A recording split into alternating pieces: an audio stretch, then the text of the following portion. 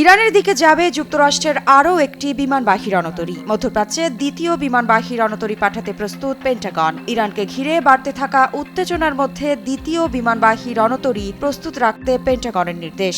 অল্প সময়ের মধ্যেই আসতে পারে মোতায়েনের চূড়ান্ত সিদ্ধান্ত। কূটনৈতিক আলোচনার অনিশ্চয়তার মাঝেই যুক্তরাষ্ট্রের এই সামরিক তৎপরতা প্রশ্ন তুলছে, এটা কি কেবল চাপ তৈরির কৌশল নাকি বড় কোনো সংঘর্ষের কাউন্টডাউন?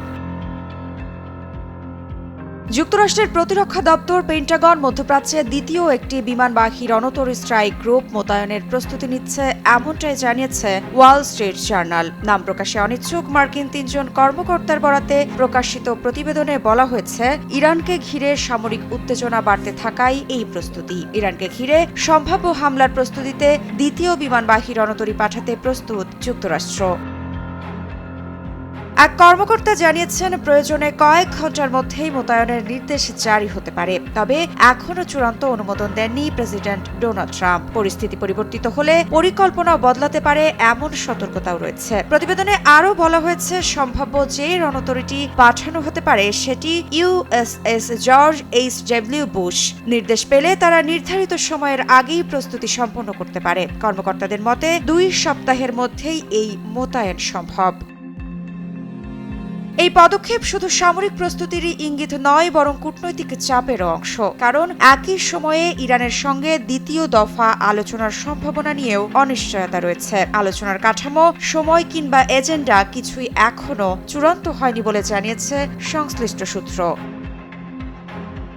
এদিকে বিশ্লেষকরা বলছেন, একই সঙ্গে 2টি মার্কিন বিমানবাহী রণতরী মধ্যপ্রাচ্যে অবস্থান কোনো সাধারণ বিষয় নয়। সর্বশেষ 2025 সালের মার্চে ইরান সমর্থিত হুতি বাহিনীর বিরুদ্ধে অভিযানের সময় ইউএসএস হ্যারি এস ট্রুম্যান এবং ইউএসএস কার্ল ভিনসন ওই অঞ্চলে মোতায়েন ছিল। প্রায় 1 বছর পর আবারও একই ধরনের শক্তি প্রদর্শনের প্রস্তুতি নিচ্ছে ওয়াশিংটন।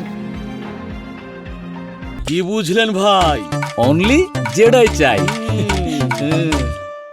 এখানেই প্রশ্ন উঠছে, এটি কি কেবল ডিটারেন্স বা ভয় প্রদর্শনের কৌশল, নাকি বাস্তব সামরিক অভিযানের প্রাক প্রস্তুতি? সাম্প্রতিক সময়ে পারস্য উপসাগর ও লোহিত সাগর অঞ্চলে উত্তেজনা বাড়ছে। ইরান ও যুক্তরাষ্ট্রের মধ্যে সরাসরি সংঘর্ষ না হলেও প্রক্সি ফ্রন্টে উত্তাপ স্পষ্ট। যুক্তরাষ্ট্রের দ্বিতীয় রণতরী মোতায়েন হলে তা শুধু সামরিক ভারসাম্য নয়, আঞ্চলিক রাজনীতিতেও বড় বার্তা দেবে। ইসরায়েল ও যুক্তরাষ্ট্রের উপসাগরীয় মিত্রদের জন্য এটি আশ্বাসের সংকেত হতে পারে। অন্যদিকে তেহরানের জন্য এটি চাপ ও সতর্কবার্তা দুই। সব মিলিয়ে পরিস্থিতি এখন ওয়েট অ্যান্ড ওয়াচ।